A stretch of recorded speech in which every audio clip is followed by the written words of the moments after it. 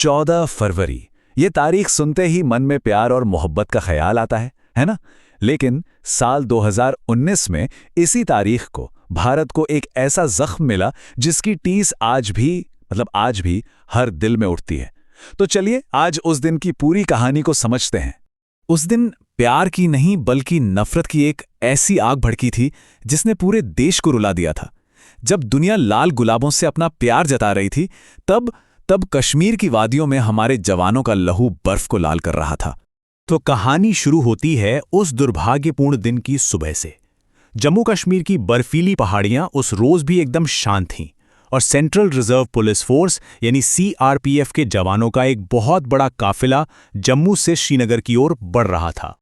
और ये कोई छोटा मोटा काफिला नहीं था, इसमें पूरी 78 गाड़ियां थीं। सोचिए, एक लंबी कतार में सब अपने गंतव्य की ओर जा रही थीं। और इन 78 गाड़ियों में सवार थे 2500 से भी ज्यादा जवान। मतलब एक बहुत बड़ा मूवमेंट चल रहा था जिसमें देश के रक्षक एक जगह से दूसरी जगह जा रहे थे। और देखिए, ये जवान सिर्फ सिपाही नहीं थे। इनमें से कोई छुट्टी काटकर वापस अपनी ड्यूटी पर लौट रहा था, तो कोई नई पोस्टिंग की ओर बढ़ रहा था। किसी के बैग में माँ के हाथ के बने लड्डू थे, तो कोई अभी फोन पर अपनों से बात करके निकला था।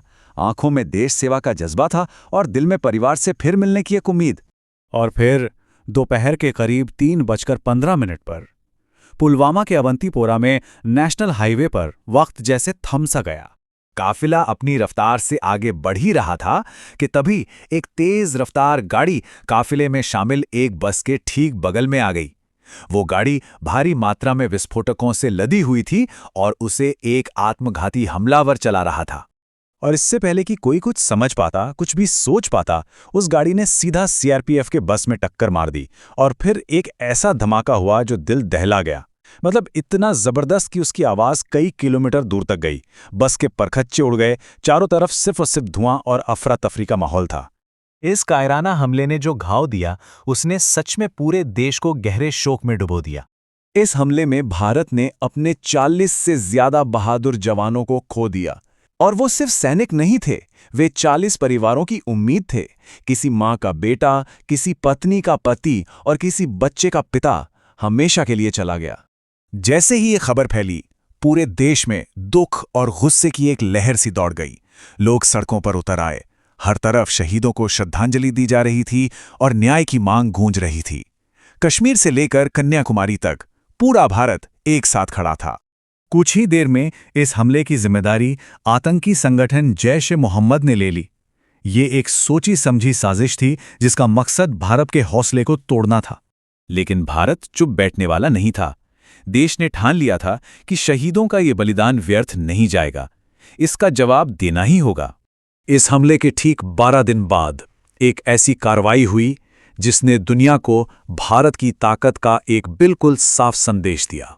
तो 26 फरवरी 2019 उस दिन सुबह सुबह इंडियन एयरफोर्स ने बॉर्डर के पार पाकिस्तान के बालाकोट में घुसकर जैश-ए-मोहम्मद के आतंकी ठिकानों पर एयर स्ट्राइक कर दी। इस एक कार्रवाई ने आतंकियों के सारे कैंप्स को तबाह कर दिया। और यही थी उन 40 वीर जवानों को देश की तरफ से एक सच्ची श्रद्धांजलि। पुलवामा की ये घटना एक ऐसी याद है जो हमें हमेशा दिलाती है कि हमारी सुरक्षा और हमारी शांति के पीछे हमारे जवानों का कितना बड़ा बलिदान छिपा होता है। ये एक अटल सच्चाई है। वो सरहद पर खड़े रहते हैं ताकि हम सब अपने घरों में महफूज रह सकें। हमारे घरों की ये सुरक्षा उनकी कुर्बानियों की नींव पर ही टिकी है। 14 फरवरी अब सिर्फ एक दिन नहीं, बल्कि उन वीर सपूतों को याद करने का भी दिन बन गया है। तो आखिर में एक सवाल हम सबके लिए कि हम उनके इस बलिदान को कैसे सम्मान दें। इसका जवाब शायद यही है कि उनके शौर्य को हम हमेशा याद रखें। ये संकल्प लें कि ये बलिदान कभी भुलाया नहीं जाएगा। जय हिंद।